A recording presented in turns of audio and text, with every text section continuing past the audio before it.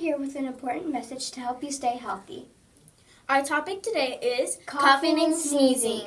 Did you know when you cough or sneeze, droplets can spray 19 feet from your nose and mouth? That is as long as 4 fifth graders stacked together. Did you know a cough or sneeze sends around 100,000 contagious germs into the air at speeds up to 100 miles per hour? How can you prevent this?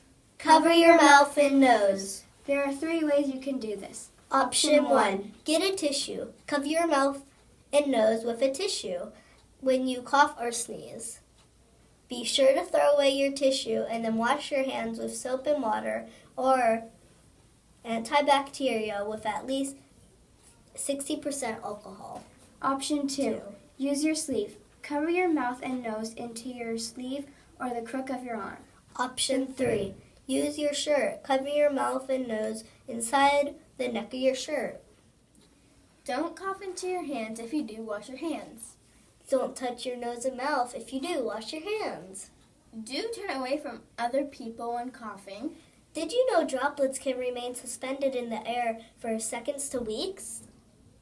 So cover your mouth and nose with coughing or sneezing. And wash your hands!